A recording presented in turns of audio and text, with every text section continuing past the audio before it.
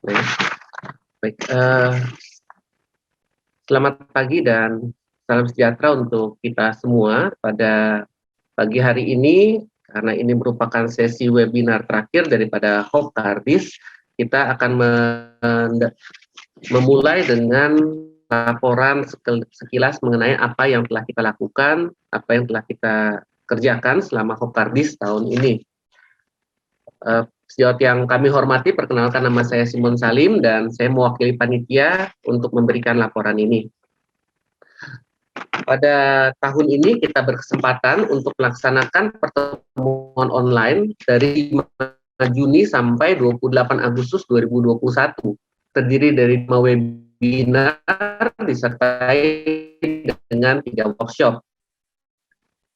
Adapun peserta terdiri rata-rata kehadiran adalah 700 per sesi, ya. Sejawat berasal dari Aceh sampai Papua dengan peserta terbanyak dari Jakarta dan Bandung. Pada kesempatan ini kami mengucapkan terima kasih tentunya kepada semua peserta partisipasinya tahun ini telah bekerja di belakang layar yang sejawat mungkin tidak pernah melihatnya, tapi dengan persiapan tiap minggu kita pada hari ini dan sampai jumpa di tahun yang kita harapkan dalam hanya saya serahkan ke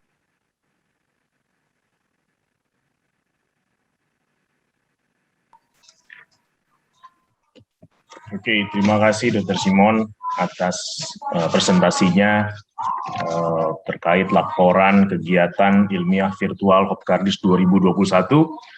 Kita akan berlanjut kepada acara utama.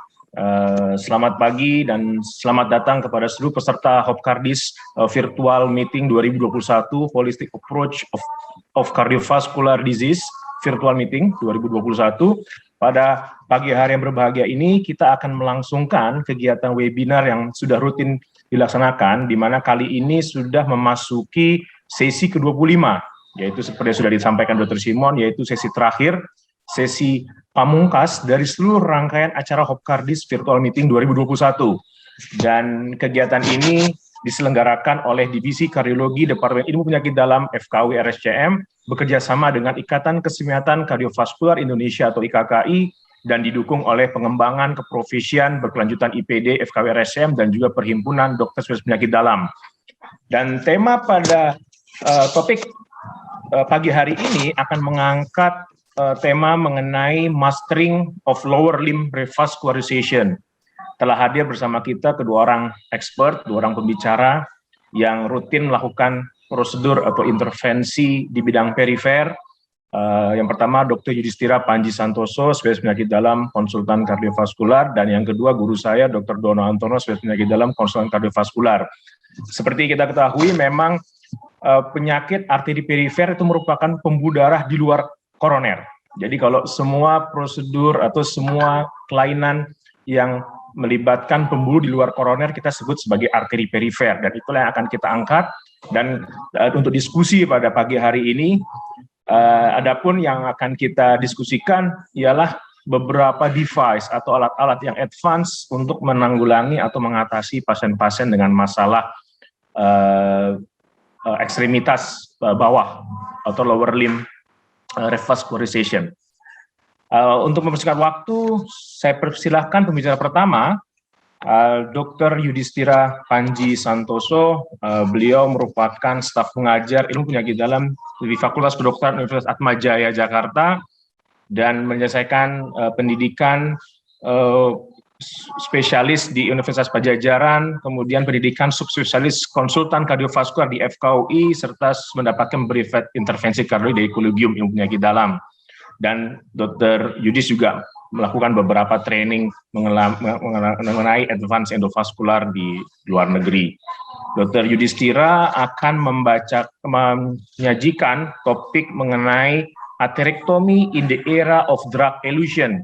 Kepada Dr. Yudis, saya persilakan dok untuk memulai presentasinya. Terima kasih Dr. Biri. Selamat pagi para peserta webinar, guru-guru besar, para senior, teman sejawat sekalian.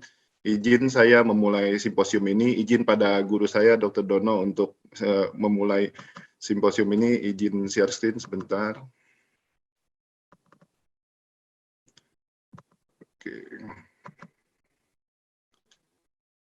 Oke, jadi saya akan tentang saya atherectomy in the era drug elution. Memang ini agak sulit diterima, tapi nanti saya akan coba membawa lebih mudah, jadi semuanya pada tahu, jadi kira-kira gimana. Jadi outline dari saya adalah pertama tentang PAD, treatment, DCB, atherectomy, dan tentang jetstream. Jadi kita lihat di kaki ini, kaki pasien nih, ada yang satu sebelah, ini kelainan apa, vena apa arteri, yang satu arterial vena. Kalau kita lihat yang luka ini ternyata kelainan vena, yang satu lagi ternyata kelainan arteri, ya jadi nanti bisa dilihat kenapa begitu, nanti kira-kira kita sebagai klinisi bagaimana cara menghadapinya. Jadi pertama PAD itu memang karena terdapat sumbatan maupun parsial atau komplit pada arteri kaki, dan 95% itu aterosklerosis penyebabnya. Masalahnya 50% PAD kita itu asimptomatik. Diabetes menyebabkan 2 sampai 4 kali risiko terjadinya PAD, CAD atau ischemic stroke. Dan merokok itu 2,5 kali untuk terjadinya PAD. Jadi kalau kita lihat penyakit ini punya gejala klinis 3, claudicatio, akut limb ischemic, atau yang critical limb ischemic kalau udah kronis dan memberat. Claudicatio itu biasanya dia tidak enak pada kaki, nyeri, lemah, terus udah gitu kemudian kram, tapi dia disebabkan terutama pada exercise dan hilang pada istirahat. Kemudian akut limb ischemic yang nanti akan Dr. Dono akan membahas lebih dalam, itu gejalanya akut di bawah 2 minggu, tiba-tiba hipoperfusi, didandakan dengan pain, pallor, pulseless, poikilothermi atau kedingin, kemudian parestesi dan paralisis. Nanti saya akan membahas banyak di critical limb ischemic. Critical ischemic itu dia lebih dari 2 minggu. Dia biasanya ischemic response, jadi lagi diam-diam kakinya masih sakit meskipun tidak gerak, tidak apa, terutama pada kena dingin. Kemudian bisa juga timbul pasiennya presentingnya luka yang nggak sembuh-sembuh, udah rawat luka beberapa bulan, malah dirawat makin rusak lukanya, atau udah timbul gangren. Nah, jadi kalau kita lihat pasien kita ini bisa berupa claudicatio, bisa berupa nggak bisa jalan, bisa juga karena nyeri yang hebat. Kita physical examination, tentunya ada pemecahan pulsasi arteri perifer yang terganggu, ada bruit, kemudian ada luka yang nggak sembuh-sembuh, yang nggak bagus, bahkan bisa jadi gangren. Dan tapi kita lihat ini pasiennya ada faktor risiko, terutama jika umurnya lebih dari 65 tahun. Kalau umur 50-64, kalau dia ada risiko faktor risiko aterosklerosis, kurang dari 50 tahun kalau ada diabetes mellitus ditambah 1 risiko faktor aterosklerosis, dan atau dia udah ada penyakit aterosklerosis seperti ada PJK dan lain-lain. Habis itu kita lakukan staging. Staging ini bisa pakai Fontaine atau Rutherford. Prinsip dasar dia lagi claudicatio, atau dia ischemic response, atau lagi diam-diam kakinya udah nyeri, atau udah terjadi gangren, atau ada ulcer atau luka yang nggak sembuh-sembuh. Nah, kalau kita di klinisi kadang-kadang memakai ABI, itu kita lihat tensi di tangan dan di kaki, memang kalau paling berat dia di bawah 0,5, itu namanya ABI-nya berat, atau kadang-kadang kita anggap secara klinis critical limb ischemic.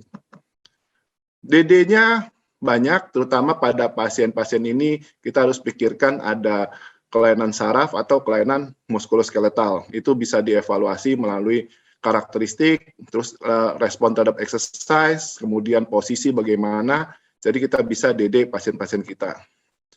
Nah, untuk mengkonfirmasinya, memang pemakaian Doppler ultrasound itu penting pada pasien-pasien ini.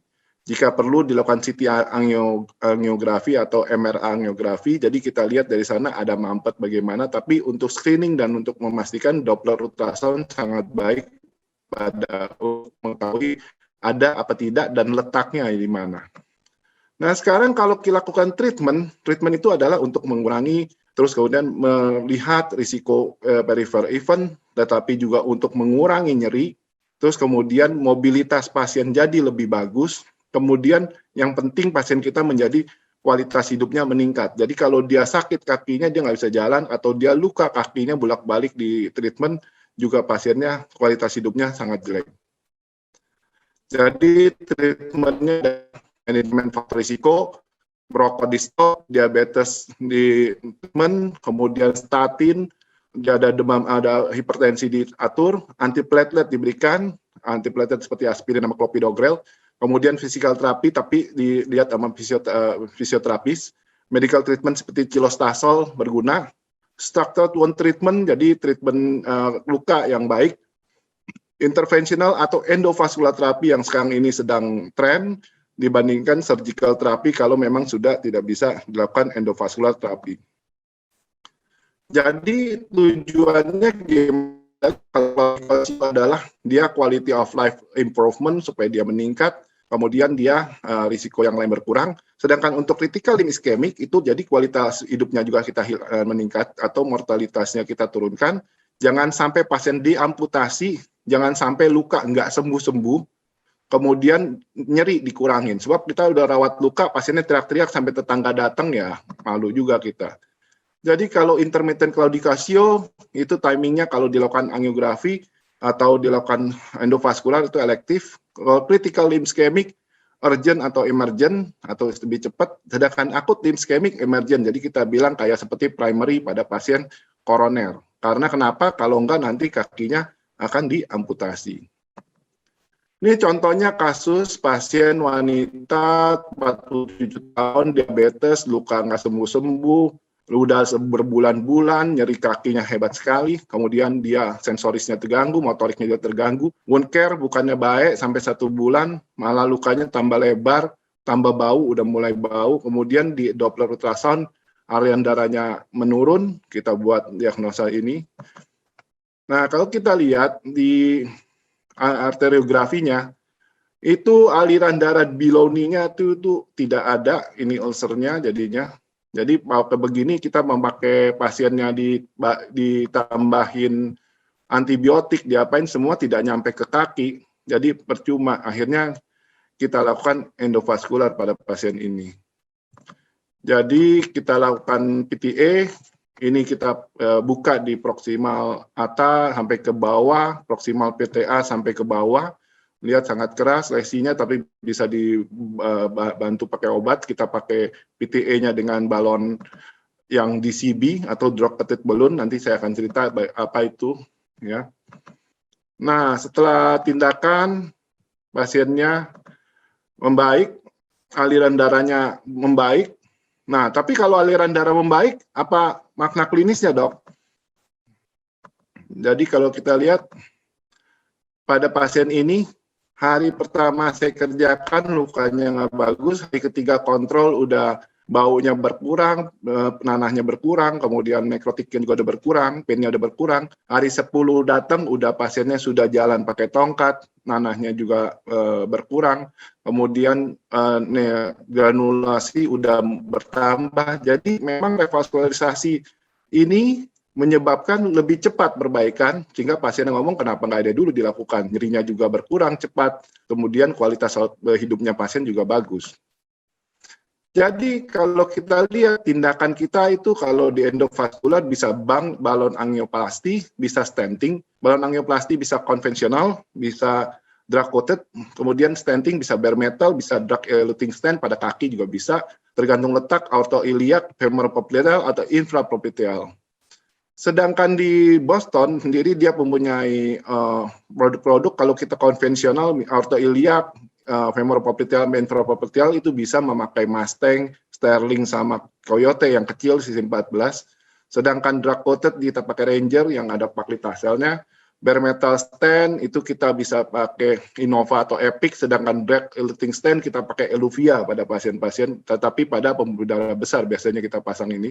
Kalau pembuluh darah kecil infrapopliteal, kalau misalnya terjadi disek segala macam, mau nggak mau kita pakai stent koroner di daerah sana. Oke, jadi ini contoh stand. Jadi stand-nya itu bisa bulk expandable stand atau self-expanding stand. Jadi stand-nya itu bisa melebar, expanding sendiri. Kalau balon expandable kita pakai Express LD waktu itu. Sedangkan yang di sebelah pakai Innova, bukan Innova mobil ya, tapi stand jadinya. Jadi dengan ini jadi aliran darah ke kakinya jadi membaik. Masalahnya waktu kita treatment itu ternyata selain ada area juga ternyata ada lesi. Lesinya berupa kalsium, CTO, pada above nih kira-kira kalsium itu 35%, kemudian CTO 20%, sedangkan pada below nih kalsiumnya lebih banyak, CTO-nya 15%, kalsium 75%, jadi sehingga kita mengobatin juga lihat lesi, jangan sampai pasiennya tidak bisa divaskularisasi sehingga diamputasi. Jadi contohnya kalau pasien yang kalsium ini seperti ini. Jadi pasien ini bukan dipasang stand dari atas sampai bawah, tapi memang udah morfologinya udah ada kalsium dari atas sampai bawah. Nah ini udah kalau melakukan endovaskular pada pasien ini kita juga jadi mikir-mikir bagaimana. Tapi ya prinsip dasar untungnya ya memang kalsium seperti ini lebih jarang, jadi lebih kompleks, tapi biasanya kalsium begini lebih kurang. Tapi ya prinsip dasar ini musuhnya kita kalsium yang terlalu tinggi. Jadi problemnya adalah satu, mampet ulang nggak ini kalau kita udah lakukan revaskulasi sehingga pasien timbul luka ulang. Kemudian ada lesi calcified nggak pada pasien-pasien kita.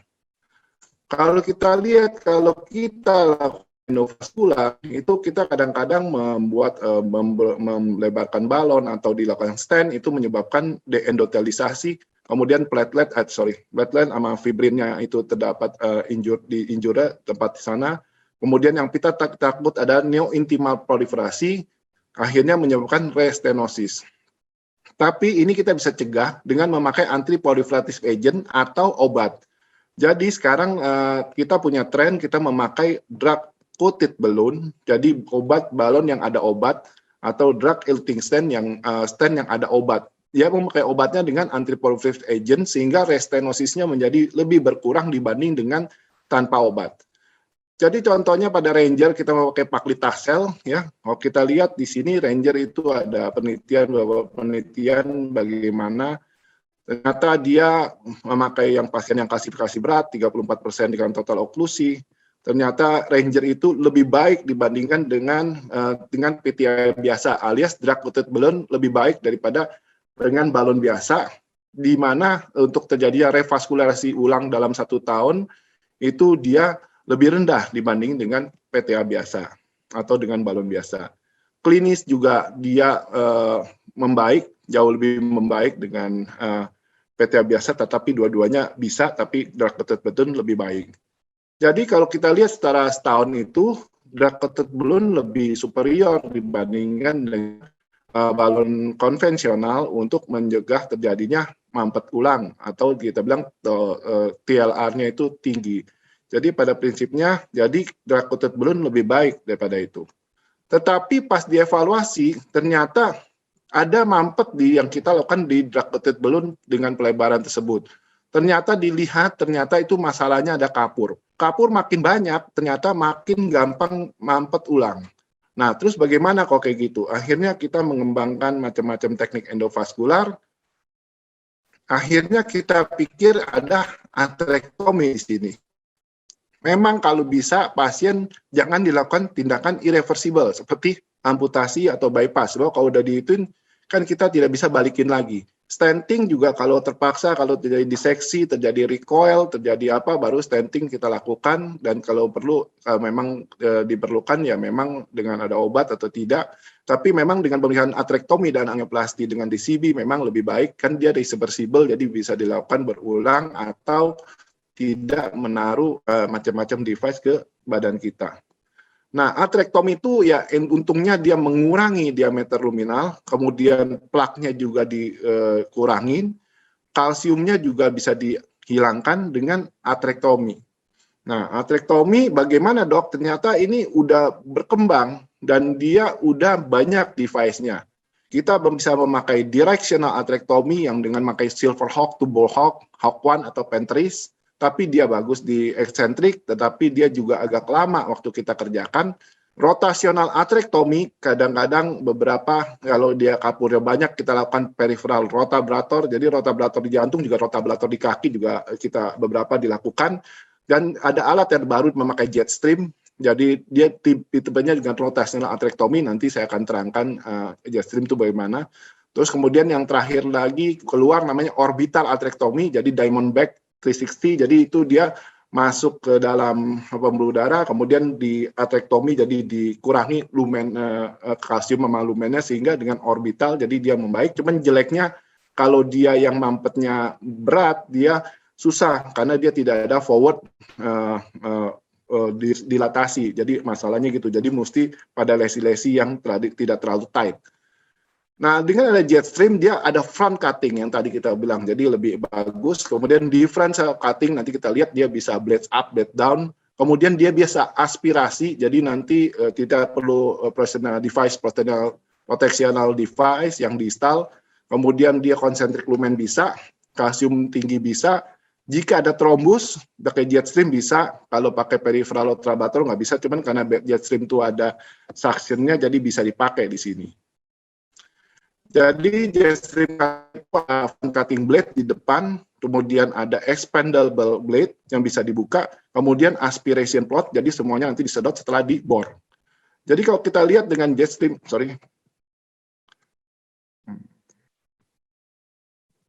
dengan jet stream itu tersebut, sebentar. Jadi itu kita membor yang resi kalsium itu dengan dilakukan dengan suction, sehingga kalau ada trombus ada apa kita aman dilakukan ini. Kemudian setelah kita bor, jadi kita bisa melebarkan lagi juga. Kita melihat kita lakukan bor yang lebih besar lagi dengan blade-nya bisa dilebarkan atau dikembangkan. Jadi di sana ada bisa blade up, jadi nanti bornya bisa melebar, jadi lumen yang kalsiumnya tinggi itu bisa kita bereskan sehingga jadi intraluminal diameter jauh lebih besar daripada sebelumnya yang kita bor dengan front cutting blade-nya, sehingga pasien itu menjadi lebih besar ininya. Jadi kita bisa pakai bor ini dengan 70.000 RPM sehingga balon to wall position dengan DCB atau dengan stent jadi lebih baik posisinya. Kemudian dia front cutting, jadi kalau dia sempit jadi di depan jadi bisa buka seperti rotablator. Kemudian bisa blade-nya bisa membuka, dengan membuka akhirnya jadi lebih lebar lagi lumen yang bisa kita buka. Kemudian habis itu bisa diaspirasi langsung, jadi kita tidak perlu distal protection device, jadi dengan aspirasi sehingga kalau ada trombus ada apa jadi aman. Dan blade-nya itu juga tidak merusak pembuluh darah karena dirancang khusus supaya dia tidak merusak pembuluh darah. Nah, kita punya berupa XC catheter atau SC catheter. XC itu bisa dia blade-nya bisa terbuka, tapi memang XC itu untuk buat SFA dan popliteal yang besar. Sedangkan di bawah itu tibial size itu SC, tapi tidak bisa blades up, blades down, jadi tidak bisa blade-nya dibuka. Habis itu kita memakai wire-nya yang sistem 14, kemudian memakai lubrikan khusus, dan nanti ada suction yang bisa dipasang sehingga jadi trombus segala macam bisa tertarik atau debris-debrisnya bisa tertarik. Jadi ini ukurannya kalau misalnya kita pakai yang di SFA sampai popliteal dengan adanya XC itu bisa sampai 4,5 mm. Kemudian yang SC yang bisa juga 4,0, sedangkan di kaki yang bawah Biloni itu memakai yang 2,5 sampai 275. Jadi lebih kecil lagi. Jadi ini contohnya pre-treatment-nya, kemudian dilakukan jet stream atherectomy, habis itu kita lakukan adjunctive terapi misalnya dengan memakai DCB, dan follow up-nya masih patent meski dengan waktu lama. Jadi kalau kita lihat clinical datanya bagaimana? Clinical datanya kalau kita lihat bahwa 86 pasien, 86% jadi kalsium reduksinya bagus ya. Kemudian dia setelah 12 bulan tetap paten 77%, kemudian untuk terjadinya tindakan ulang, atau ini 81,7%, ini tidak memakai drug-coated balloon pada 241 pasien dengan 258 lesi yang dimana kalsiumnya itu terlihat 90%. Tetapi kalau kita memakai adjunctive terapi DCB atau drug coating balloon, misalnya kita memakai Ranger, itu TLR atau mampet ulangnya jauh lebih berkurang. Sampai 1,5 tahun, tetap paten 91%. Kita bandingkan kalau memakai balon biasa, hanya 63,7%. Jadi dengan memakai Jetstream dengan DCB itu jauh lebih baik dengan pasien-pasien dengan yang lesi kalsium kapur, sehingga kita membantu pasien tidak terjadi yang tadi yang kita takut, kualitas hidup tidak baik, kemudian dan lain-lain. Jadi sebagai konklusi bahwa PAD itu merupakan gangguan sirkulasi darah yang menyuplai ke kaki, bisa parsial, bisa komplit. Kemudian simptomatik PAD, treatmentnya kita gunakan, moga-moga pasiennya membaik secara kuartalitas, kemudian mengurangi nyeri, mobilitasnya membaik, jadi bisa berjalan, kualitas hidupnya juga membaik. Treatment ideal PAD biasanya reversible dan less invasif, kemudian atrektomi dengan Jetstream plus DCB sangat efektif treatment untuk pasien-pasien dengan calcification dengan pasien-pasien PAD. Terima kasih. Saya balikan kepada moderator. Oke, baik. Terima kasih banyak Dr. Yudhistira atas paparannya yang amat jelas dan komprehensif terkait penanganan pasien-pasien dengan PAD, berikut treatment dengan DCB dan juga penggunaan Jetstream. Saya yakin akan banyak pertanyaan dalam nanti pada sesi diskusi nanti, karena ini merupakan alat yang sangat baik untuk menangani pasien-pasien dengan PAD, terutama dengan kalsifikasi berat. Kita akan berlanjut ke pembicara kedua.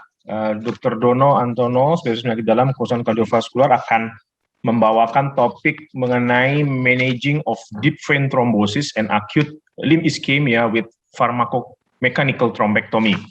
Jadi Dr. Dono merupakan staf senior di Divisi Kardiologi Departemen Ilmu Penyakit Dalam FKW RSCM, dan Dr. Dono pun salah satu pionir untuk penanganan kasus-kasus perifer. Dan Dr. Dono menyelesaikan pendidikan spesialis penyakit dalam dan subspesialis konsultan kardiovaskular di FKUI, dan juga sudah melalui berbagai macam training di luar negeri untuk tata laksana endovaskular dan mendapatkan beberapa intervensi dari Kolegium Ilmu Penyakit Dalam. Dr. Dono, silakan Dok untuk mulai presentasinya. Baik. Terima kasih Dr. Biri atas introduksinya. Bismillahirrahmanirrahim. Assalamualaikum warahmatullahi wabarakatuh.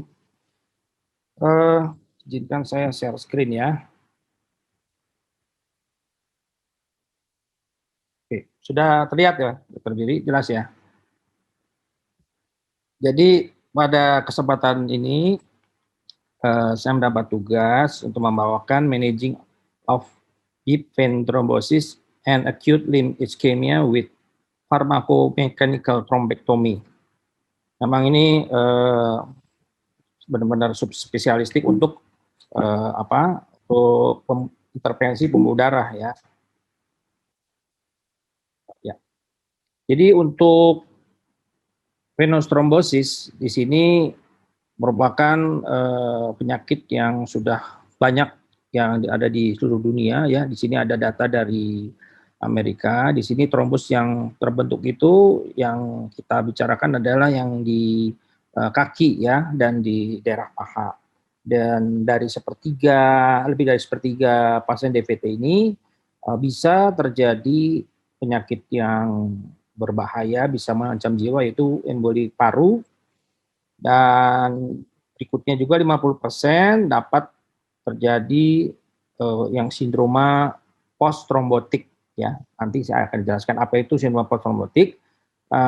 DVT dan emboli paru ini di Amerika ada data 900.000 pasien sudah mengalami dua penyakit ini setiap tahunnya. Dan dari kenyataan fakta yang ada, DVT dan tromboemboli ini setiap tahun itu mengenai sejumlah kira-kira 10 juta kasus deep vein thrombosis di seluruh dunia. Nah, ini data di Amerika, terjadi kematian berhubungan dengan emboli paru 100.000 sampai 300 kasus ya. Kemudian di Eropa itu ada 500 kasus lebih yang berhubungan dengan tromboemboli paru, ya emboli paru di setiap tahunnya, setiap di kematiannya. Kemudian ini juga dari data yang dibandingkan dengan pasien-pasien yang mengenai AIDS atau penyakit kanker mame, kemudian kanker prostat, kecelakaan digabungkan di Amerika, Eropa, ini untuk yang penyebab kematian oleh tromboemboli itu lebih tinggi ya.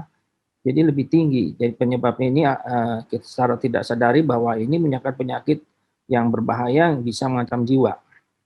Nah, dari sumber data ya, di sini kita lihat di sini digabungkan itu emboli paru di Amerika ini bisa 200.000, sedangkan AIDS hanya 16.000, kanker payudara 40.000. Jadi boleh dikatakan ini menyebabkan kematian yang sangat tinggi sebenarnya, tapi tidak disadari ya. Kebanyakan itu terjadi di rumah sakit ya.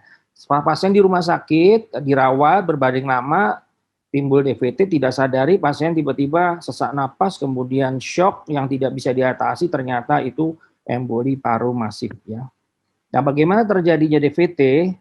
Di sini kita lihat terjadinya DVT itu terjadinya clot atau bekuan di dalam vena dalam, di dalam tubuh ya. Seperti contoh di sini di daerah paha. Nah, di sini seringkali akibat dari imobilisasi ya, imobilisasi yang tidak dicegah ya, akan terjadi bekuan darah seperti ini.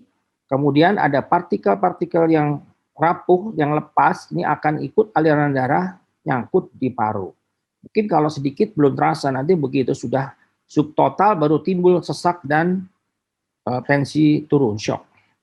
Nah, bagaimana kita faktor resikonya di sini, terutama pada usia di atas 40, ada smoker, kemudian wanita hamil, kemudian wanita yang menggunakan pil KB, ya, kemudian smoker, ya, lagi-lagi smoker nih ya, berisiko untuk DVT juga, dan riwayat DVT sebelumnya, dan ada riwayat keluarga, dalam keluarga mempunyai kelainan hiperkoagulasi ya, kelainan bekuan darah, atau setelah operasi atau kena injury ya, atau benturan sesuatu ya, trauma, itu akan memicu juga.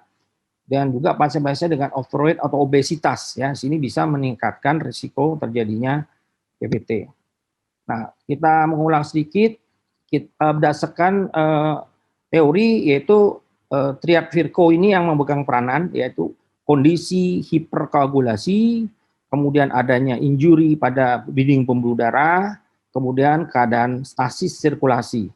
Ya, kalau yang hiperkoagulasi bisa dari sini sampai sepsis dan segala macam, ini akan yang meningkatkan koagulitas. Kemudian yang vascular injury di sini ada pemasangan kateter di intravena, kemudian trauma pada operasi, kemudian sirkulasi stasis pada pasien-pasien jantung terutama ya, AF, kemudian penurunan fungsi ventrikel kiri, ada venous varikosis dan sebagainya ya.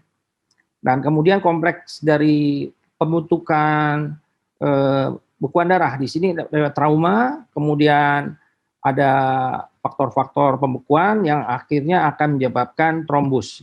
Ya, nah di sini kita bisa menghambat semua pembentukan trombosit dari berbagai faktor jalannya faktor 10 misalkan, itu bisa dicegah dengan anti 10A, mungkin low molecular weight untuk trombin dan trombin inhibitor, dan untuk yang anti platelet seperti aspirin ya, ADP bisa memotong di sini, yang ini menghambat pembentukan platelet ya, platelet agregasi. Dan untuk yang sudah terbentuk trombus itu diberikan fibrinolitik, yaitu dengan tisu plasminogen activator, urokinase, valproinase, sehingga dapat menyebabkan fragmentasi dari trombus.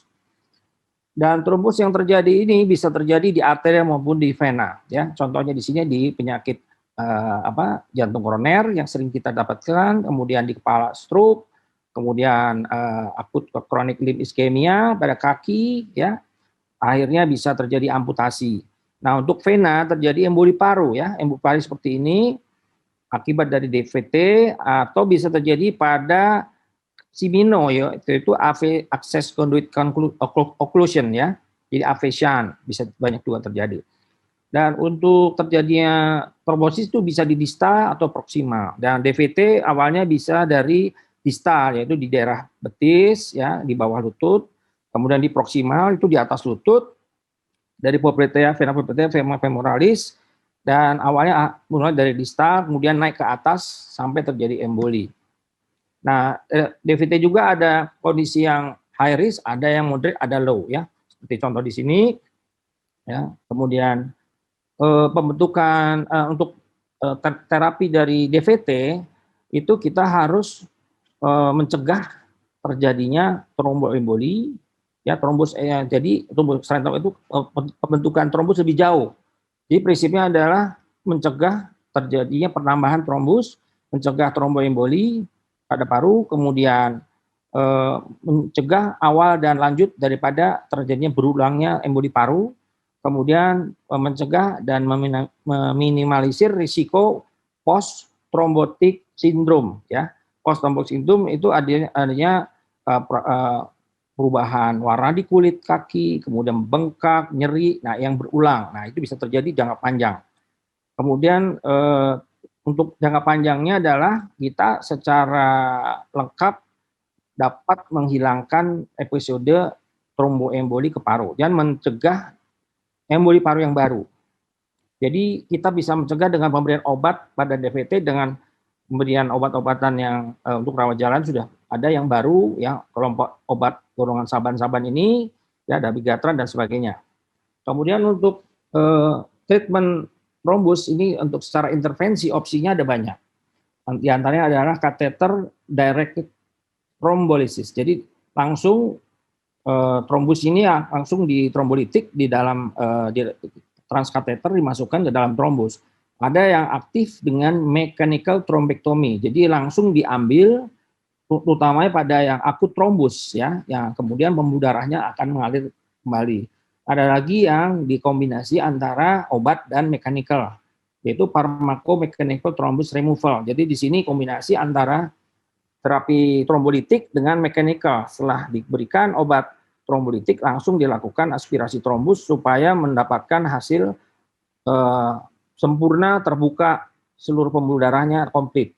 Nah, satu lagi untuk mencegah tromboemboli di sini dipasang inferior vena cava filter. Di sini untuk mencegah klot yang besar yang lepas masuk ke dalam, mencegah ke dalam paru. Jadi bagaimana caranya kita mengeluarkan trombus? Ya, tujuannya adalah untuk menurunkan komplikasi mengurangi terjadinya emboli paru. Kemudian juga outcome jangka panjang atau jangka pendek akan lebih baik, kemudian akan mengembalikan reperfusi lebih baik, lebih cepat. Kemudian daerah yang tertutup trombus kita bisa tahu apakah ada stenosis atau tidak ya. Jadi kalau kita bisa menghilangkan trombus dengan baik, dengan sempurna, akan ketahuan ada tidak stenosisnya. Nah, itu bisa langsung kita terapi. Kemudian menurunkan waktu prosedur jadi lebih cepat dan lama di cath lab-nya lebih sebentar, lebih cepat. Kemudian menurunkan rawat di ICU maupun rawat di rumah sakit. Nah, ini contoh dari alat yang untuk trombus removal dari Boston yaitu angiojet ya. Jadi alat ini angiojet, ini contoh pada vena. Nah, ini setelah wire masuk, ini dia lakukan pharmacomechanical. Jadi ini kasih obat dulu, trombolitik dimasukkan ke dalam vena. Biasanya diberikan kalau trombusnya sudah lebih terorganisasi, jadi lebih keras. Jadi awalnya diberikan dulu trombolitik di dalam trombus, kemudian didiamkan beberapa saat. Nah, setelah obat ini bekerja, baru dia akan lakukan dengan aspirasi mechanical, disemprot salin, kemudian disedot lagi masuk ke dalam kateter ini. Jadi hasilnya akan lebih optimal dan partikelnya kecil-kecil ya. Jadi kalau partikelnya kecil-kecil, tromboemboli ke distalnya lebih sedikit dan di sini tidak terlalu agresif didorong-dorong, dia kateternya cukup kecil sehingga hasilnya yang bisa banyak, ya. Bisa bersih seperti ini. Nah, ini ada alat untuk menyedotnya dan memasukkan obatnya, jadi akan lebih baik hasilnya. Jadi ini ada registry, Pearl Registry namanya, data yang ditampilkan untuk pasien DVT yang dengan directed heating dan dengan mekanikal, ya. Jadi pada penelitian registry ini ada hampir 1.000 pasien, yang terbanyak adalah akut iskemi 43%, kemudian diikuti deep vein thrombosis 39%, yang lain ini adalah hemodialysis access ya 15% dan yang lain 3%. Jadi kita lihat di sini karakteristik datanya dan kasus-kasusnya. Kemudian yang terbanyak di sini dari onset DVT-nya yang terbanyak adalah subakut ya, sejumlah 68 yang 14 hari rata-rata ya. Kemudian ya di sini kemudian yang akut ya di sini ada 43% ya di bawah 7 hari ya. Kemudian yang sampai 3 bulan ada 33 kasus. Kemudian untuk teknik DVT yang dilakukan di subgrup di sini dengan angiojet trombektomi saja, tidak pakai yang disebut perioditik. Kemudian dengan litik yaitu dengan pharmacomechanical dengan litik ya 35%, kemudian angiojet triolitik dengan kateter directional trombektomi ya 9%, angiojet dengan gabungan semua itu 51% yang terbanyak. Kemudian diikuti terapi ada yang dengan pemberian stent, di vena cava filter, ada direct thrombolysis, angioplasti, trombektomi, dan ada yang diikuti dengan surgical decompression tapi kecil ya di bawah 1%. Jadi untuk hasil yang didapatkan grafiknya di sini memperlihatkan perubahan yang nyata, ada 3 yang tidak berubah, yang jelek cuma 1. Jadi 97% itu baik. Ya, untuk DVT yang akut di sini terjadi 100% yang di bawah 24 jam akan baik karena mungkin ini fresh thrombus, jadi aspirasi trombusnya itu baik sekali. Ya, yang lainnya juga cukup baik 97% terjadi perubahan. Kemudian yang subakut di sini juga di atas 90% semua, ya bahkan 3 bulan bisa 100% bisa membaik. Kemudian untuk freedom of rest thrombosis, nah ini sampai ini 90 hari, 3 bulan, ya ini 190 hari sampai 1 tahun, itu 84% masih bebas dari rest thrombosis. Nah kemudian dibandingkan dengan pada studi Pearl ini, kita lihat studi Pearl ini untuk freedom from rest thrombosis selama 12 bulan itu 83%, 6 bulan 87%. Ya, dibandingkan dengan yang lain, venous registry yang lain itu lebih sedikit, apalagi yang standar. Yang standar ini hanya menggunakan low molecular weight heparin saja. Jadi untuk primary hipertensinya hanya di bawah 50%. Jadi dengan menggunakan alat pharmacomechanical ini akan jauh lebih baik. Jadi nama alatnya adalah angiojet, indikasinya itu bisa untuk jantung, ya untuk koroner, kemudian saphenous vein coronagraph bypass, yaitu yang bypass yang sudah tersumbat trombosis, bisa juga penyakit arteri perifer pada Simino, ya, afesan, kemudian penyakit vena perifer, yaitu emboli paru dan deep vein thrombosis. Ada ini contoh kasus yang ini adalah, lihat ini trombus ya, yang paling kiri ini iliofemoral, dari femoral, di atas sudah diprotek dengan pemasangan vena cava filter yang di vena cava inferior, dan ini trombus sangat banyak sampai tidak bisa lewat. Ini di iliakanya juga sudah ada di proksimal. Nah, setelah dilakukan trombektomi dengan kateter trombektomi dengan pharmacomechanical, ini bisa lihat bersih, langsung evaluasi venanya terisi ya. Dan ini adalah yang di iliaka. Nah, ini trombektomi dari yang sebelah kanannya ya, pre-prosedural, ini trombusnya kelihatan banyak, di dalam iliakanya tidak ada aliran. Nah, ini setelah di trombektomi dengan angiojet terjadi aliran yang perbaikan, dan ini hasil akhirnya sudah bersih ya.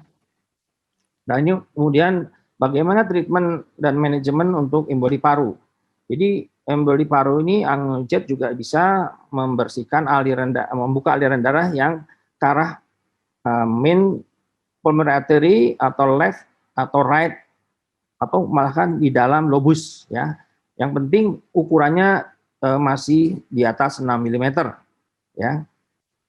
Nah, di sini secara prosedural kita akan nembus bekuan darah ini, kemudian aspirasi trombusnya dengan farmakomekanikal. Dan akan terjadi pelihan darahnya perbaikan, tidak ada sisa bekuan darah, dan langsung hemodinamik, tadinya kalau seperti ini bisa shock, tensi langsung naik, ya pulmonary artery pressure-nya jadi normal, ya. Kemudian saturasi juga akan membaik. Nah, ini contoh kasus yang dilakukan angiografi, ini arteri pulmonary sebelah kanan tidak ada aliran di sini. Ya, ini pasien bisa sesak dan shock. Ya, kemudian dilakukan trombektomi ya, seperti ini contohnya nih. Ini alirannya nggak ada. Nah, ini sekarang sudah ada. Kemudian di sini yang sebelah kirinya ya aspirasi, kemudian sudah terbuka. Ya, kemudian yang contoh lainnya ini sama ya. Seperti ini trombus, aspirasi, hilang trombusnya.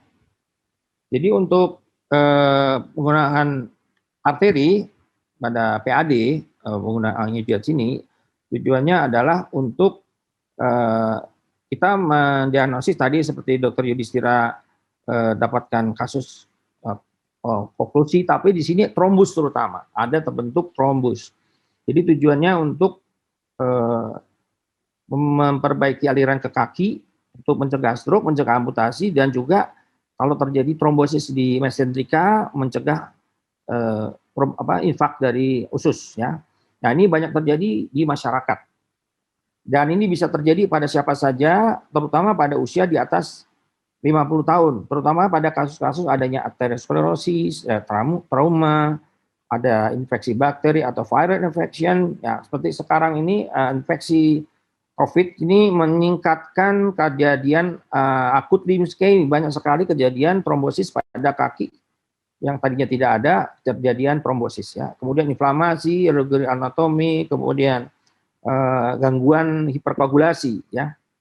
Nah, gejala-gejalanya tadi sudah disampaikan oleh Dr. Yudhistira, ada claudicatio, nyeri ya, dan selanjutnya ada luka yang tidak sembuh-sembuh, kemudian ada di kukunya menjadi pucat, jadi menebak dan nyeri pada aktivitas ya, claudicatio ya, dan seterusnya. Nah, jadi untuk thrombus treatment itu adalah pertama adalah kita langsung berikan antikoagulan. Kemudian modalitas lain ada systemic trombolisis, kemudian diberikan dengan catheter direct thrombolysis ya, kemudian diberikan dengan catheter direct thrombolysis dengan ultrasound atau percutaneous medical thrombectomy, kemudian yang lebih meningkat adalah farmakomekanikal thrombectomy, dan yang terakhir dengan surgical ya, dengan operasi. Jadi untuk PAD di sini yang penting itu adalah kita melakukan trombolisis ya dengan cara endovaskular, apakah dengan tektomi, balon stent dilanjutkan dengan itu, kemudian trombektomi dengan atau dengan farmakomekanikal trombektomi ya, dulu membuka dengan terapi endovaskular diikuti dengan aterektomi atau balon stent atau operasi atau diberikan antikoagulan. Nah, ini mekanisme angiojet seperti tadi ya. Nah, ini contoh pada pasien akut limb ischemia di femoral, kemudian ini setelah dibuka, diaspirasi, hasilnya tampak bersih, tidak ada emboli distal. Nah, kelebihan dari angiojet ini, dia mengurangi emboli distal karena hampir semua trombus ikut ya, yang ada yang ke bawah partikelnya kecil-kecil dan itu tidak akan menyebabkan distal emboli. Jadi untuk farmakomekanikal trombektomi itu dilakukan pemberian obat dulu trombolitik overdose ya di dalam arteri, kemudian dengan alat power pulse delivery yang alat ini, kemudian dilakukan rapid lysis, kemudian dilakukan langsung dengan power pulse ya, langsung di di remove dengan salin ya, dengan thrombectomy ya, mechanical thrombectomy, rapid lysis, kemudian terbuka ya. Jadi untuk penyakit dengan akut limb ischemia merupakan indikasi ya. Jadi kita bisa menyelamatkan limb salvage dengan keberhasilan tinggi, kemudian reperfusinya cepat, kemudian mengurangi waktu prosedurnya dan lebih cepat menolong untuk pembukaannya. Jadi tekniknya adalah dikirim obat, tunggu, kemudian diambil. Nah, ini contohnya ya. Ini pada arteri angiojet thrombectomy, ini hanya contohnya reolitik ya, yang langsung ya. Kalau yang ini filmnya ya. Jadi ditembus dulu di daerah trombosisnya, diaktifkan alatnya, dia sudah mulai nyedot di daerah yang masih terbuka, ada darah terhisap, baru ditarik mundur. Ya, ditarik mundur. Nah, seperti ini contohnya, ditarik mundur. Nah, akan menghisap pembuluh darah ya, bekuan darah. Jadi untuk treatment akut limb ischemia dengan reolitik thrombectomy ya, contohnya seperti ini, reolitik langsung disedot. Ini contoh pada akut limb ischemia trombosis pada arteri iliaka. Ya, kemudian setelah dia yang dilakukan di reolitik thrombectomy langsung terbuka, ya contohnya seperti ini, dan dipasang stent karena memang ada stenosis ya. Nah, yang lainnya ini pada superficial femoral artery ada trombosis, ternyata setelah di aspirasi ada stenosis di sini. Jadi ada stenosis, di balon dulu dan pasang stent ini dan arterinya jadi baik. Kemudian untuk total oklusi limb threatening ischemia ya. Nah, ini contoh lain. Ini terjadi oklusi total, kemudian dilakukan angiojet aspirasi trombusnya. Ya, ini contohnya. Kemudian setelah terbuka dipasang stent. Nah, hasilnya seperti ini. Ya. Kemudian para baku mechanical contoh yang lain ini pada arteri poplitea. Ini femoralis distal. Ini poplitea tertutup ya. Nah, ini setelah dengan trombektomi angiojet terbuka sampai poplitea distal.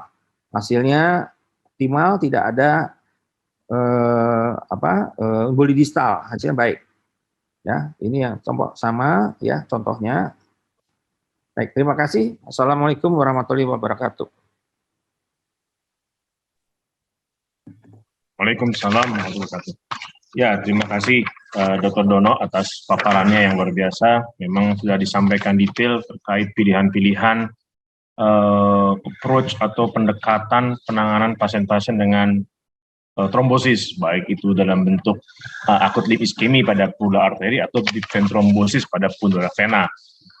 Sebelum masuk sesi diskusi, ada beberapa pengumuman yang akan saya sampaikan, yaitu terkait e-sertifikat, di mana sertifikat dapat di-download di website www.hopcardis.org. E-sertifikat diberikan pada peserta yang mengikuti webinar lebih dari 70% kehadiran kumulatif selama webinar berlangsung.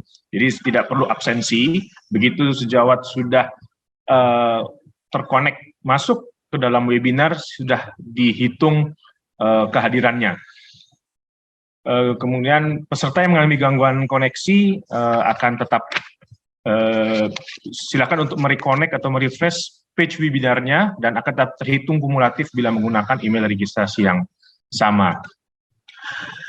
Dan materi ini memang tidak dibagikan, tetapi akan dapat disaksikan dalam bentuk recording di website Hopcardis, yaitu www.hopcardis.org. Jadi silakan sejawat yang ingin menonton kembali video-video dari webinar virtual Hopcardis 2021 ini untuk masuk ke dalam website kami, sehingga bisa ditonton kembali. Untuk form feedback, peserta diharapkan dapat berpartisipasi dalam mengisi form feedback yang ada di akhir sesi webinar. Jadi nanti di akhir acara akan ada form feedback yang harus diisi dengan tujuan agar dapat meningkatkan kualitas dari webinar Hopcardis 2021 ini. Ya, sekarang kita masuk ke sesi Q&A, ya, sesi diskusi. Sudah ada beberapa pertanyaan. Yang pertama untuk Dr. Dono nih, Dok. Jadi, bagaimana kalau kondisi osteoporosis, apakah dapat meningkatkan risiko trombosis? Dan juga kalau ada trombosis di arteri basilaris, bagaimana pendekatan pengobatannya, Dok? Silakan, Dok.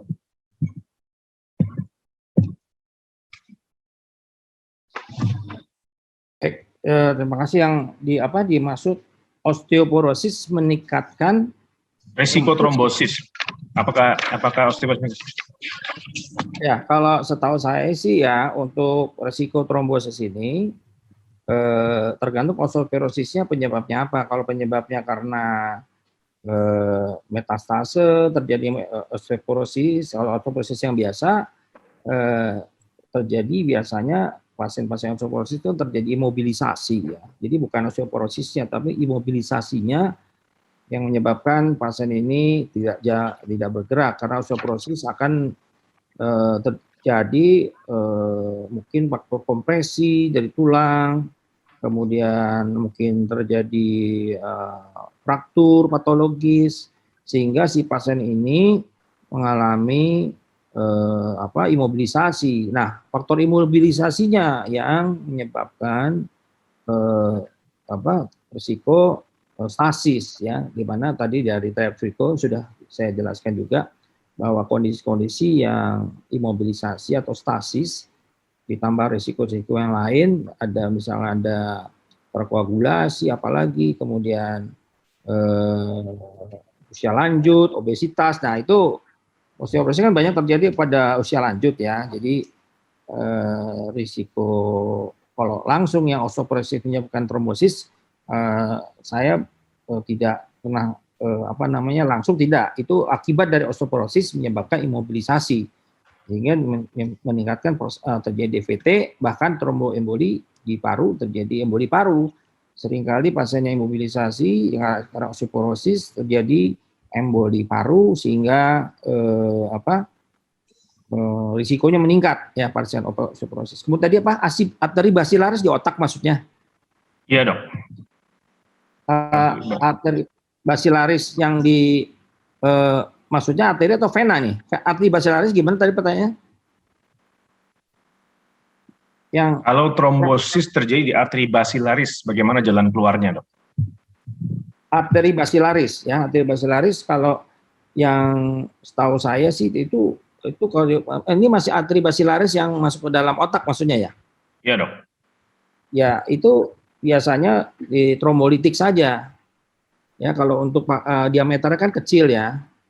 Kalau diameternya kecil yang di bawah 3 mm itu sampai 3 mm masih bisa dengan alat thrombectomy trombektomi masih bisa. Yang penting pembuluh darahnya tidak terlalu tertutus. Kalau pembuluh darah lurus masih bisa, tapi kalau sudah sangat tertutus kembali ke otak kan timbul aliran yang belok-belok ya pembuluh darahnya. Itu dikhawatirkan kalau dimasukkan kateter ini bikin trauma juga. Jadi paling dengan trombolitik langsung ya. Kalau di cerebral biasanya kalau fase akut kurang dari 3 jam itu bisa langsung diberikan trombolitik intraarteri ya. Itu bisa hasil yang baik, atau dengan wingspan semacam stent yang bisa menjebak trombus dan alirannya tetap terjadi setelah dikasih wingspan itu kemudian baru dibalon ada aliran lagi ya, diikuti dengan trombolitik gitu. Ini itu yang bisa saya jawab. Ya. Jadi sebetulnya secara mekanis secara tidak langsung, Dok ya. Jadi osteoporosis membuat trombosis secara tidak langsung, di mana dengan pasien-pasien tersebut mengalami imobilisasi, ya itu yang meningkatkan risiko trombosis, bukan kaitan langsung dari masalah tulangnya. Oke. Mungkin Dr. Yudis ada tambahan, Dok, terkait pertanyaan pertama? Oke, terima kasih. Mungkin yang penanya juga menanyakan terkait dengan kalsiumnya. Jadi osteoporosis bagaimana? Memang kalau terjadi gangguan kalsium pada pembuluh darah, kadang-kadang pasien misalnya osteoporosis pada gangguan kalsium pada pasien CKD contohnya. Jadi kalsium di deposit di pembuluh darah, arteri segala macam juga lebih terlihat lebih banyak. Tapi memang tidak ada relasi khusus osteoporosis dengan deposit kalsium di dalam pembuluh darah. Jadi agak berbeda. Sebab deposit kalsium dalam pembuluh darah kan memang berhubungan dengan umur, berhubungan dengan CKD, berhubungan dengan yang lain-lain. Itu aja sih tambahannya. Makasih. Ya, makasih Dr. Yudis. Nah, kita masuk ke penanya kedua untuk Dr. Dono, Dok. Jadi setelah dilakukan trombektomi, Dok, ya, baik secara mekanikal trombektomi, bagaimana pemberian antikoagulannya, Dok? Apakah bisa kita berikan NOAC, dan durasi antikoagulan itu sendiri sampai berapa lama? Baik, terima kasih. Untuk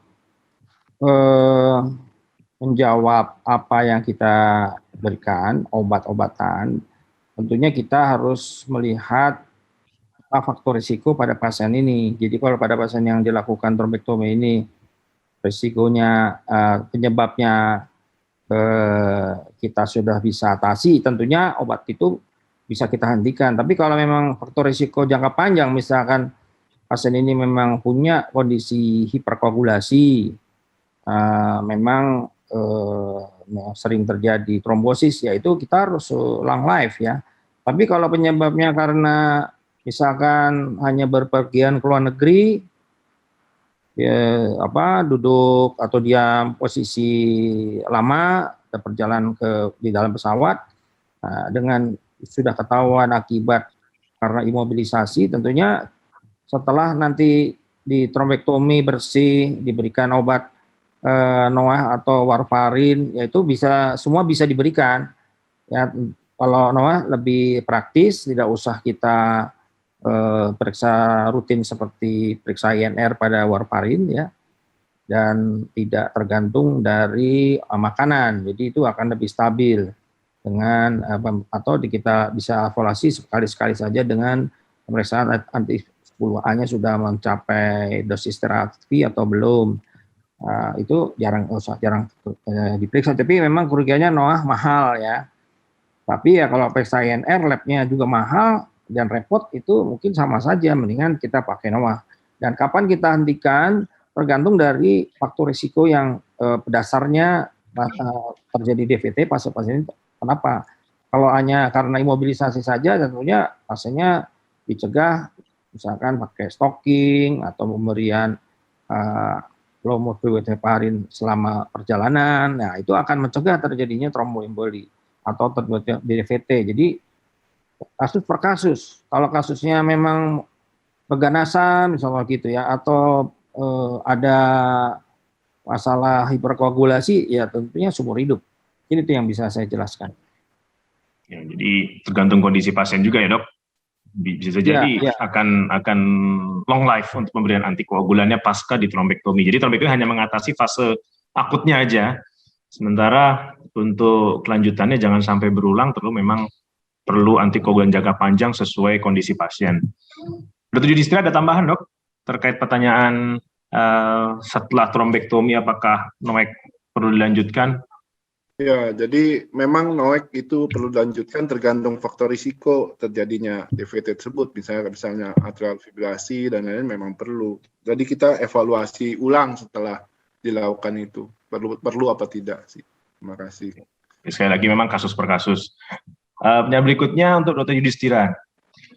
Pada pasien PAD yang tidak toleran dengan aspirin, apakah bisa diberikan kombinasi rivaroxaban dosis rendah dengan clopidogrel? Dan studi apa atau penelitian apa yang mendukung kombinasi rivaroxaban dengan clopidogrel bila pasien tersebut tidak toleran dengan aspirin? Silakan, Dok. Ya, terima kasih atas pertanyaannya. Jadi pertama, memang untuk PAD itu yang sudah terbukti memang aspirin dan clopidogrel. Sedangkan yang lain masih dalam penelitian skala kecil atau skala besar. Nah, sekarang masalahnya kalau tidak tolerir dengan aspirin, apa yang kita bisa lakukan ya kita memberikan clopidogrel. Memang setelah revaskularisasi ada tahap berapa bulan, kadang-kadang kita memberikan double antiplatelet, aspirin dengan clopidogrel. Nah, sekarang kalau tidak bisa aspirin, ya mau nggak mau clopidogrel yang kita berikan. Nah, sekarang beberapa ada yang menggabungkan rivaroxaban dengan aspirin, contohnya Voyager. Voyager PAD itu dikatakan bisa dengan rivaroxaban dengan aspirin, tetapi ya pada prinsip dasar ini baru penelitian dibilang sama, jadi dia sama dengan pemberian aspirin dan clopidogrel. Terus ada juga dengan ticagrelor dengan clopidogrel, jadi dibandingkan dengan Euclid trial, tapi ya pada prinsip dasar masih belum bisa membuat terbaiknya itu aspirin dan clopidogrel. Prinsip dasar double antiplatelet, aspirin dengan clopidogrel diberikan pada penderita yang baru dilakukan revaskularisasi. Tapi kalau pasien PAD sendiri sebenarnya single antiplatelet, aspirin atau clopidogrel bisa diberikan. Clopidogrel memang udah terbukti pada pasien PAD dengan aspirin, itu aja sih. Terima kasih. Oke. Dr. Dono mungkin ada tambahan dok terkait pemberian antiplatelet pada PAD, kombinasi rivaroxaban dengan clopidogrel bila aspirin pasiennya tidak toleran. Gimana dok? Ya, terima kasih. Sebenarnya kalau aspirin tidak tahan, kita bisa mengganti dengan yang antiplatelet yang lain seperti trifusal. Ya, trifusal itu bisa menggantikan aspirin karena ya bukan NSAID ya. Atau bahkan dengan silostazol juga bisa sebenarnya. Silostazol ada efek antiplatelet. Ya, atau kita tingkatkan dosis clopidogrel jadi 2 kali dan ditambah silostazol gitu. Masih kalau pada PAD kebanyakan kita kan hanya balon-balon saja, jarang pasang stent ya. Jadi kemungkinan untuk trombosis stent lebih kecil ya dan lebih singkat double antiplateletnya. Ya, kalau memang alergi atau nggak tahan itu memang dengan aspirin memang pilihannya agak sulit karena trifusal sekarang udah jarang obatnya, nggak diproduksi lagi, apa tidak dimasukkan saya tidak tahu. Saya berapa kali resepkan itu agak sulit obatnya. Itu mungkin ada pilihan lain dengan rivaroxaban atau yang lain bisa jadi pilihan. Terutama kalau kebetulan ada trombus ya. Biasanya kalau critical ischemia suka timbul akut trombosis juga yang menyebabkan. Nah, itu bisa digabung dengan rivaroxaban atau warfarin ya, itu bisa jadi pilihan untuk pasien-pasien PAD ya. Gitu aja mungkin. Terima kasih. Oke.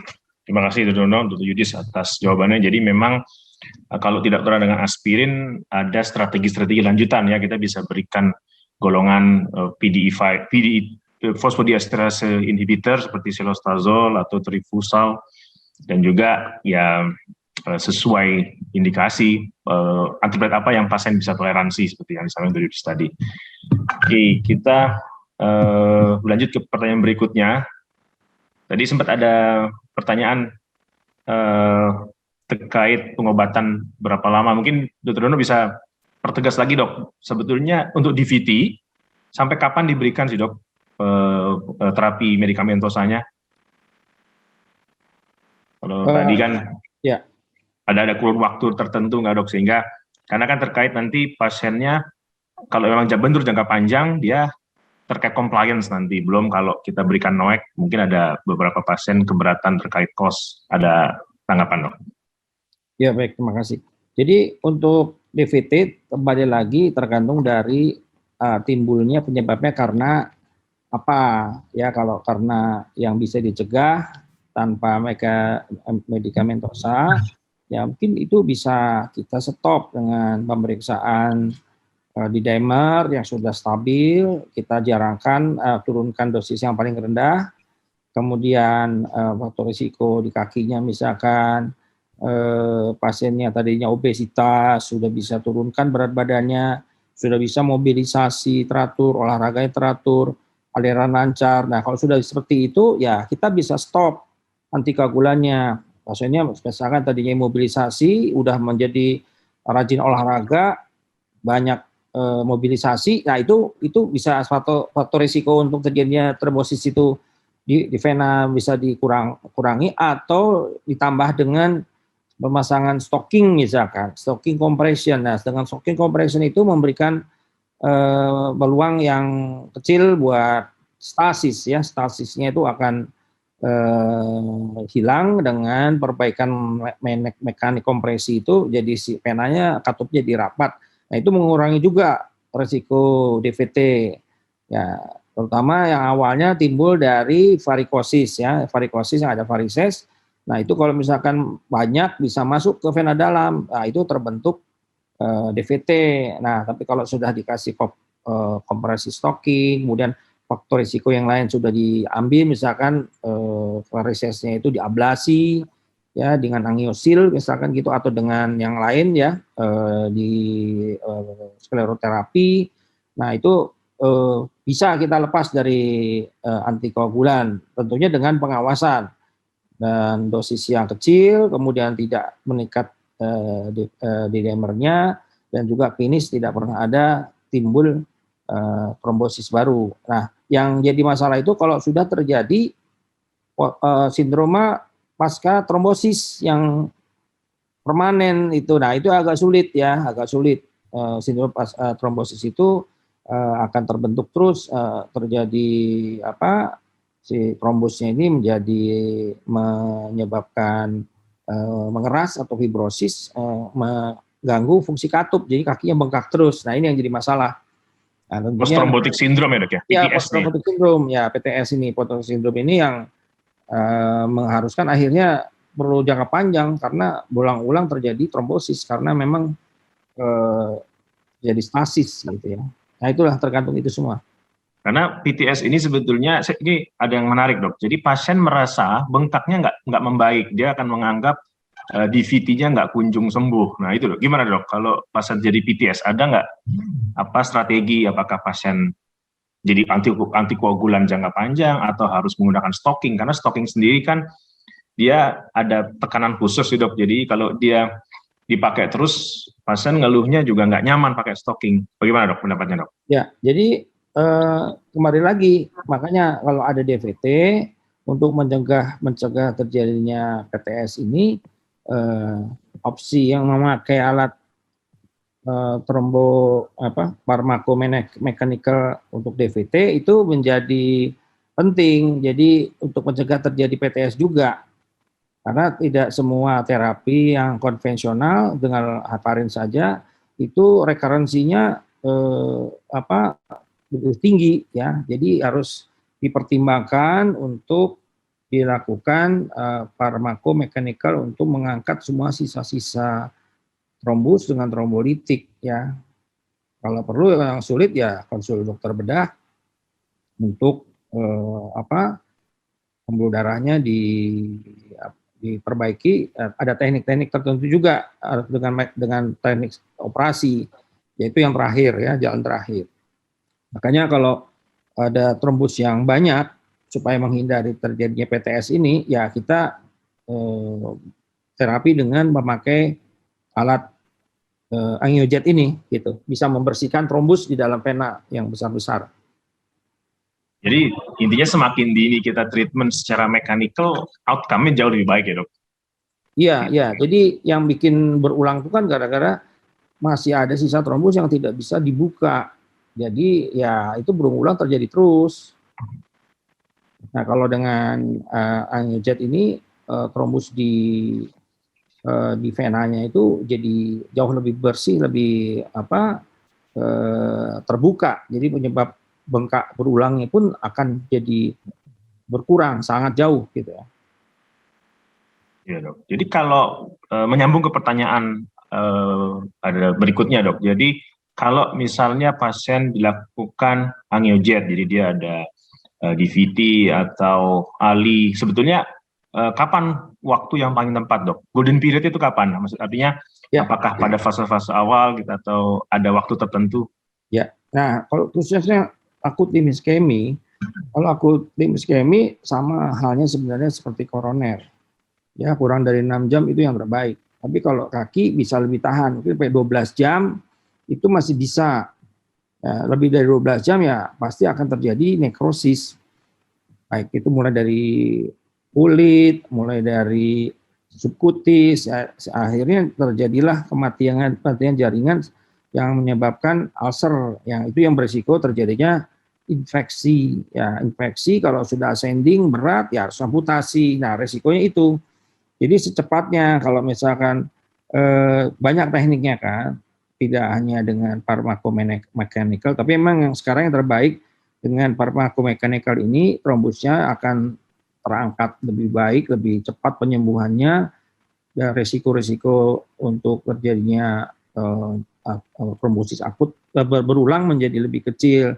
Tapi kalau memang tidak ada modalitas itu dengan transkateter trombolitik atau dengan dengan PTA dengan aliran dibuka, kemudian ada aliran diberikan antikoagulan juga bisa, tapi memang lebih lama penyembuhannya, khususnya untuk akut limb iskemi ya. Ya kalau untuk PAD untuk trombos DVT itu kalau yang di bawah lutut kecil, nah itu masih bisa dengan obat ya, dengan obat dulu. Nanti tentunya harus di follow up apakah sudah benar-benar bersih dengan pemberian antikoagulan.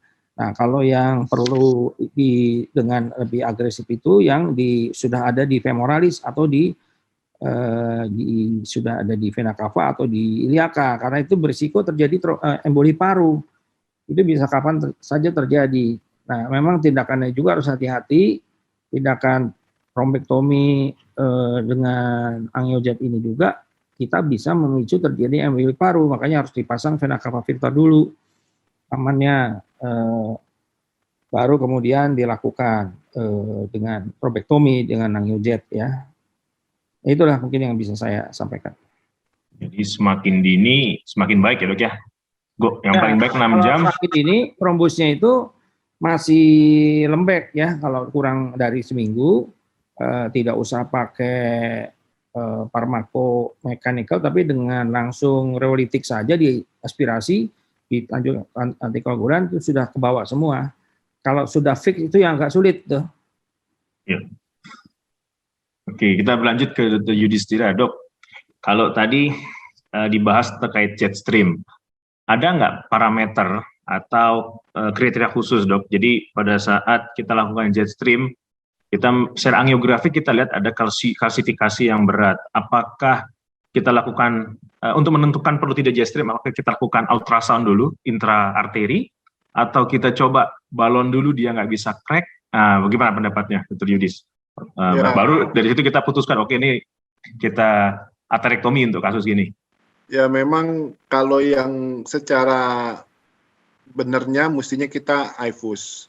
Jadi pasiennya kita IFUS dulu, kita lihat kalsiumnya setebal apa dan berapa derajat, 360 atau 270 atau 180 derajat lebih atau sekitar setengahnya lebih yang kalsiumnya. Kemudian kita bisa evaluasi dengan IFUS panjang kalsium yang calcified-nya berapa yang di stenosis tersebut.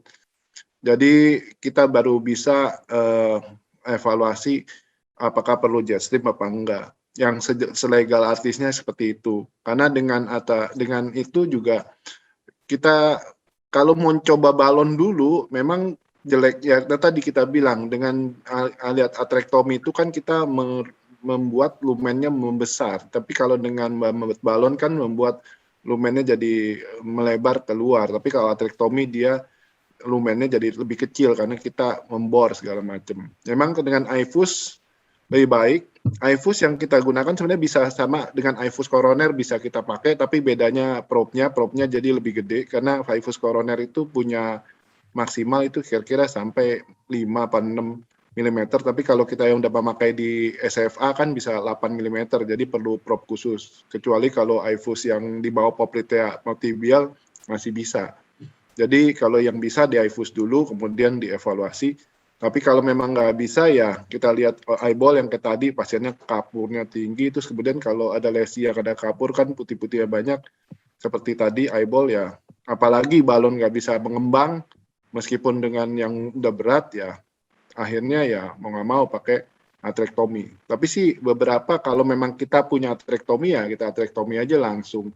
Kalau pasien-pasien yang lesi calcified, jadi kita udah dari awal kita udah atur. Itu sih dok. Terima kasih. Kemudian untuk terkait penggunaan jet stream, sejauh mana dia bisa menjangkau ya dok? Apakah biloni ada Ya, size betul. jetstream yang bisa turun ke bawah atau harus? Tadi Biloni kita bisa, cuman jeleknya yang paling kecil size jetstream itu 2,5. Jadi untuk sampai distal kayaknya sampai sekarang masih belum dapat ya. Tapi kalau untuk proximal atau mid di posterior tibialis atau anterior tibialis masih bisa. Tapi kalau distal agak sulit, apalagi sampai mau ke plantar ya. Tapi prinsip dasar yang paling kecil dia 2,5 di jetstream itu. Jadi Biloni ada 2,5-3. Tetapi kalau yang SFA sama Poplitea paling gede bisa membuka sampai 4,5 mm. Habis itu kita crack dengan balon yang biasa konvensional atau nanti itu diselesaikan dengan DCB supaya jauh lebih bagus sehingga tidak mampet ulang lagi. Kalau tadi Dr. Yudis nyinggung soal DCB, ya sebetulnya memang sekarang eranya kan DCB dok. Nah sebetulnya kapan jadi indikasi untuk stent pada kasus-kasus misalnya yang kita lakukan endovaskular ini dok? Ya, memang stent itu yang tadi dikatakan. Untuk Biloni, stent itu memang biasanya kita ngelakukan. Tetapi kalau terjadi diseksi atau yang berat atau recoil berat, ya mau nggak mau kita pakai stent. Dan stent yang ada kan cuma stent koroner dan memang itu ada size di sana. Kemudian kalau untuk stent di popliteal SFA sama iliaka, ya memang pilihannya kan bisa memakai yang tadi expandable stent atau yang balon expandable. Self-expandable itu tergantung dari setelah kita memberikan konvensional balon dilebarkan, kemudian dengan DCB kalau sudah. Tapi kalau misal recoil atau terjadi diseksi yang berat, kadang-kadang kan kita melakukan tindakan juga kadang-kadang diseksi, ya mau nggak mau itu di stenting. Tapi stenting memang moga-moga Boston mau membuat sesi yang baru lagi nih tentang DES, Eluvia pada pasien PTA ya. Jadi kita dapat satu sesi lagi nih. Jadi karena dia baru lagi nih stent DS pada perifer ya. Jadi biasanya kita memakai Innovapa Epic sebagai stent yang non DS pada pasien-pasien yang di iliaka terutama atau SFA yang udah mohon maaf kayak bisa diseksi dan lain-lain atau recoil lagi setelah kita lakukan conventional balloning. Itu aja. Oke. Saya berpindah ke Dr. Dono dulu nih dok. Ada pertanyaan. Kalau dia ada stenosis di femoralis, sudah ada kolateral, artinya dia sudah chronic total occlusion nih dok. Ya. Nah, bagaimana tempatnya untuk revaskularisasi pada kondisi arteri femoralis yang mengalami CTO atau sudah ada kolateral? Gimana dok? Ya, jadi memang kalau namanya endovaskular, seni untuk revaskularisasi ini ada artnya ya. Jadi sejelek apapun itu kita bisa ada usaha untuk menembus ya. Misalkan contohnya pada kasus oklusi total arteri femoralis langsung dari ostial. Dia udah kronik, kemudian masuk langsung ke profunda dan profundanya udah sangat besar karena kompensasi sudah lama. Nah, ini kasus sulit ya. Tapi masih ada aliran kolateral masuk, misalkan contohnya baru masuk lagi melalui kolateral di arteri tibialis posterior distal misalkan. Nah itu agak sulit kita mau dari atas. Nah kita ada teknik retrograde dari bawah. Kita puncture dari arteri tibialis posterior, kemudian ditembus ke atas. Jadi ini untuk kasus-kasus yang kronik ya, bukan untuk yang akut. Bukan pakai angiojet ya atau jetstream. Kita harus menembus ke atas. Saya berapa kali udah kerjakan tuh yang sebut Sapare teknik. Tembus masuk ke poplitea, tembus lagi ikut ke atas. Nah, kalau misalkan tidak bisa masuk ke true lumen keluar ke atas, nah kita usahakan dari atas turun lagi dengan berbagai cara memecahkan lesi-lesi yang kalsifat itu. Bisa dengan cara kita memecahkan dari luar, dari pakai di puncture, tapi kayak mau puncture femoral, tapi kita masukkan itu ke dalam dekat ostial itu dengan needle puncture. Saya kemarin malam saya ngerjain di Medistra tuh berhasil 4 jam. Ada contohnya harus kasih lihat. Nah itu bisa terbuka akhirnya. Jadi ada usaha dari retrograde dan antegrade. mesti 2. Memang itu harus butuh ketabahan, ketelitian ya untuk bisa menembus ya. Ya itu tetap bisa ya, tidak usah di bypass juga rundown-nya itu nggak ada tempat untuk nyambungnya. Semua pasien-pasien yang sudah di bypass itu kebanyakan trombosis semua, jadi tetap aja di PTA lagi. Saya udah berapa kali kirim ke dokter bedah, dilakukan bypass, tapi baru sehari bypassnya udah tutup. Ya memang problemnya masalahnya di bawah itu kecil, kalau di aliran kecil panjang pasti trombosis. Ya akhirnya PTA lagi yang bisa buka. Jadi tetap kita harus buka, karena kalau tidak buka, okllusi total di femoral itu akan menyebabkan kematian atau nekrosis pada jari-jari, bahkan ankle, ya betis ke bawah itu bisa mati, akhirnya amputasi. Kalau kita tidak buka di waktu tertentu nanti akan terjadi kualitas hidup pasien ini sangat buruk, akan kesakitan pada saat jalan, bahkan lagi tidur pun akan kesakitan dan akan menderita seumur hidup. Tapi kalau kita udah berhasil membuka, pasien itu akan hidup normal, jalan seperti biasa, bisa melakukan kegiatan sehari-hari tanpa ada keluhan. Jadi memang ada secara teknikal ada yang khusus lah, ada yang spesial untuk penanganan kasus total oklusi yang sudah ada yang sudah ada kolateral, itu secara antegrade dan retrograde ya dok. Betul. Satu lagi dok, skill juga dok. Dono kan skillnya lain. Ketabahan, ketelitian dan skill. Oke. Mungkin ada pertanyaan terakhir nih dok. Saya minta Dr. Dono dan Dr. Yudis untuk memberi tanggapan. Karena ingat waktu, jadi ini menjadi pertanyaan terakhir. Jadi pada kasus DM dengan PAD, jadi memang sebetulnya di luar topik hari ini, karena ini lebih bahas kasus PAD yang kronik. Peran stem cell bagaimana dok untuk pasien DM dengan PAD? Ya, mungkin saya jawab pertama ya.